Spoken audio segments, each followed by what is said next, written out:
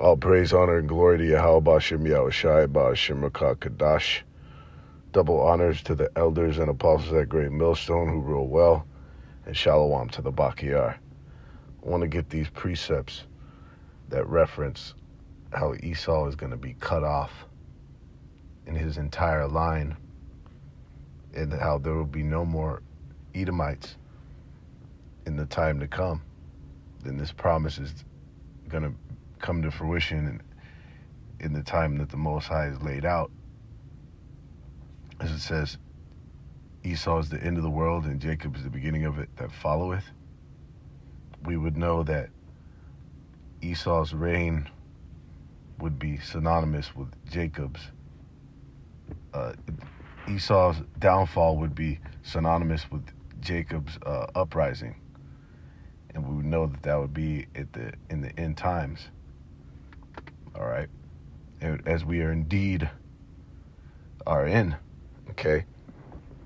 I'm going to show how the scriptures clearly state that the so-called white man, his entire fucking line is going to be cut off. All right? It's in Malachi 4:1, for behold, the day cometh that shall burn as an oven, and all the proud, yea, all that do wickedly shall be stubble, and the day that cometh shall burn them up, saith Yahweh Bashem Yahushai of hosts, and it shall leave them neither root nor branch. Okay? So when you look at the perpetrator of the earth, the enemy to creation, all right, when you just see the fucking the antagonist of the entire world, all right, this guy is like something you can't even explain. That's why an Edomite is bad. It's the worst of the worst in and of itself. Okay, nothing on this planet is worse than an Edomite. Fucking the Edomite, what's in his mind, what's in his soul. Well, he's soulless, but you know what I mean. How just low down, rotten this man is. It talks about him being crooked. All right, but this man is rotten to the core. He's the worst thing that ever fucking had any contact with this planet, man. All right. When you look at how deep the shit that he did in history, okay, in the form of satanic worship, all right, on the highest level, in the form of blasphemy against the Heavenly Father, all right, like the brother Muatzazak said, he's trying to kill the Most High. But when you look at the bloodshed that he has fucking committed across the entire earth, okay, it's the words don't do it justice. The wickedness and the evil that this man has done. All right, so it's extremely deserving of his destruction that the Most High has in store. All right, it's going to be one of the reasons why the earth is going to be at peace and at rest when you take this motherfucker out of the picture. Why the world is going to rejoice. So the point here is in the last stanza, that it shall leave them neither root nor branch. And if you knew anything about the scriptures, you know that they that do wickedly is Esau Edom. All right, the wicked, and of course the heathen nation and the 2/3 of the nation of Israel are classified as the wicked in certain contexts and in certain aspects, but the wicked, the capital W, is Esau Edom. All right, and they that do wickedly, and the proud man. But it shall leave them neither root nor branch.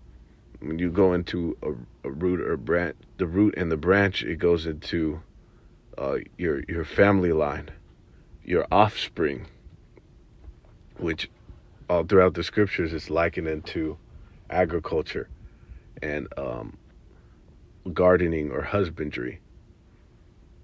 When you look at a lot of different analogies that are tied into that, okay,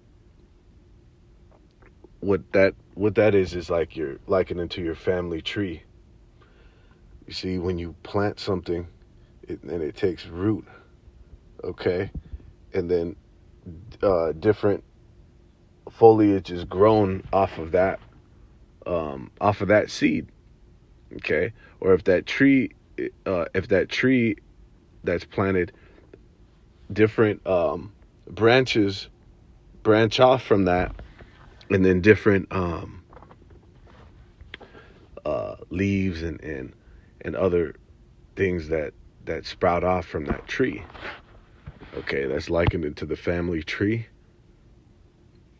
Okay, that's going to get cut off from Esau. His posterity is the word that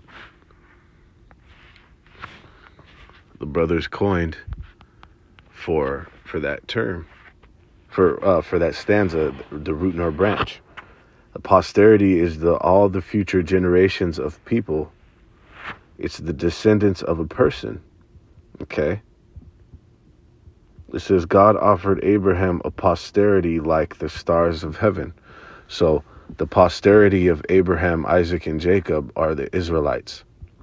And the posterity of the Edomites, of Esau, is the Edomites. See? That's why when we say Esau, it's applying to the whole fucking nation, and Jake to the same. So his posterity is going to be fucking cut off. It's not going to be left neither root nor branch. All right? When the Most High consumes the nation of Edom. It was in Isaiah 104, all sinful nation. Salakia. No, that's not it. That's not it. Salakia.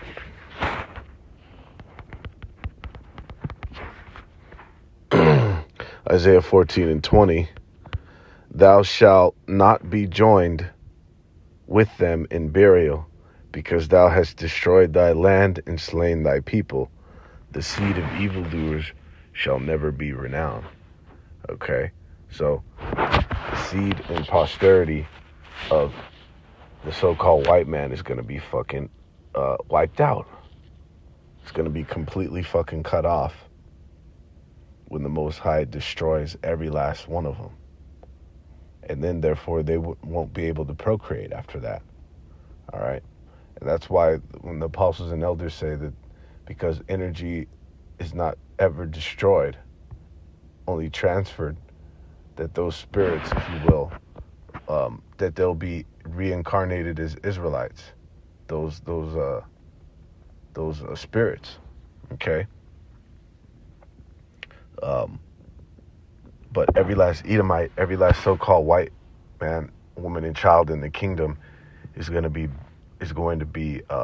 immolated, okay? They're going to be burned to death. It says,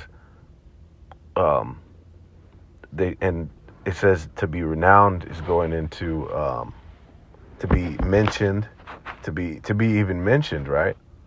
Let alone to have any type of fame or renown, which is like likened unto fame, right? And through the Spirit, why not? Let's pull that up real quick.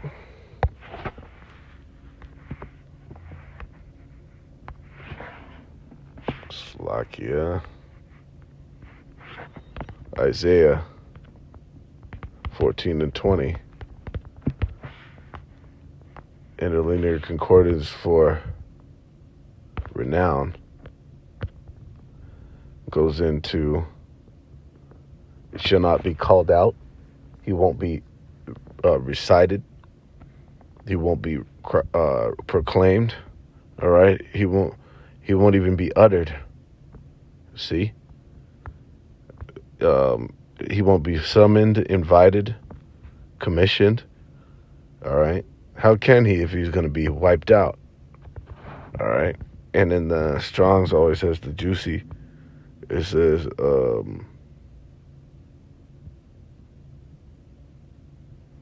through the idea of accosting a person met, to call out to address by name, but used in a wide variety of applications. To bewray self that are bidden, call, to cry, to be famous, okay, to be invited, to be mentioned. The nigga's not even going to be mentioned, like it says he's going to perish and fly away like a dream and perish like his own dung, okay? It won't be published, read, and then in the we don't even have to get the etymon, but let's get this in the regular dictionary. To be renowned is to be known or talked about by many people. To be famous, all right? That's going to go out the window when this man is destroyed. It's not even going to be a big fucking deal like that, too, in the kingdom. Like, oh, man, this nigga Esau got wiped out, all right? Because like it says in Job, he's gonna fly away, all right? He's going to become completely irrelevant, and deservedly so. Look what this man has done to the earth. Look what he's done to the inhabitants of the earth, and he attempted to do to the Most High. This is Ezekiel 25:13. Therefore, thus saith Yahweh power, I will also stretch out my hand upon Edom, and will cut off man and beast from it, and I will make it desolate from Teman, and they of Dedan shall fall by the sword. So Esau, Edom is going to be absolutely, completely, totally, wholly destroyed. He's going to be cut off. All right? Every last one of them. You see? And it'll be likened into the time when the Amalekites were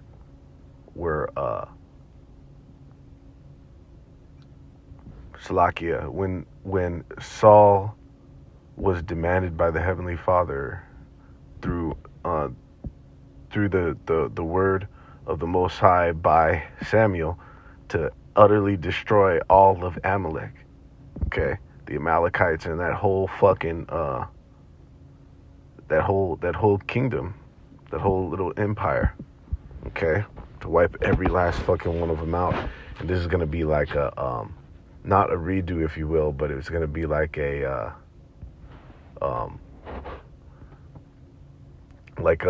an opportunity to do it fucking right. Okay, it's crazy because like when you look at Yahushua, it was that last Adam, and how the Most High, he has different things to like correct what was done before. That's what it's gonna be like an end to, man. This is in Amos 1:11. Thus saith Yahweh, for 3 transgressions of Edom, and for 4 I will not turn away the punishment thereof, because he did pursue his brother with the sword, and did cast off all pity, and his anger did tear perpetually, and he kept his wrath forever. All right? And that's why this nigga is going to get it.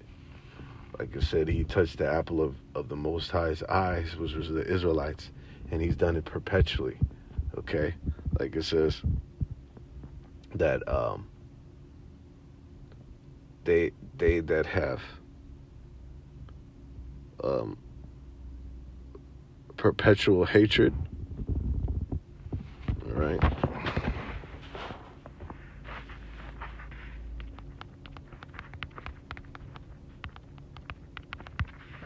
this is in Ezekiel 35 and 5, because thou hast had a perpetual hatred and has shed the blood of the children of Israel by the force of the sword in the time of their calamity, in the time that their iniquity had an end.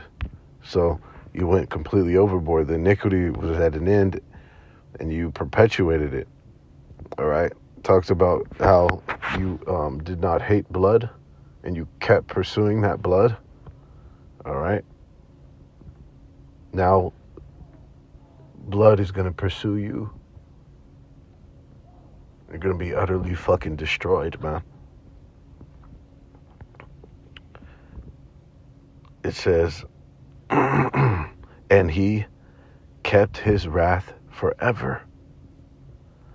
All right? So this man, his wrath is still upon us. It is actually more turned up. It talks about in the scriptures how when he's going to be a madman sparing none, okay? The rage that he's going to come with, it's going to be like he's in a drunken rage. He's going to be completely beside himself. Slovakia.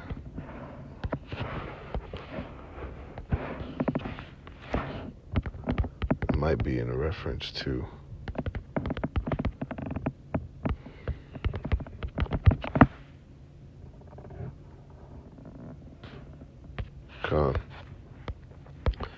all right.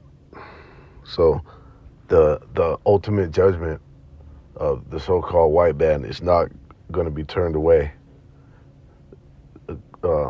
irregardless of all the utterings of the peanut gallery Edomites, your vocab Malones, and all these other new globalist Edomites that are coming out of the woodwork. Despite their unbelief and their attempts to thwart the plans of Yahweh Bashim Yahushai, the Most High's judgment is going to stand. All right. Edom has not been done away with, and his ultimate destruction is drawing nigh. And we're going to continue to proclaim that from the rooftops, to blast that until Yahushua's return, man. This is in Obadiah 1:18, finishing off. The house of Jacob shall be a fire, and the house of Joseph a flame, and the house of Esau for stubble, and they shall kindle in them and devour them. And there shall not be any remaining of the house of Esau, for Yahweh has spoken it. All right.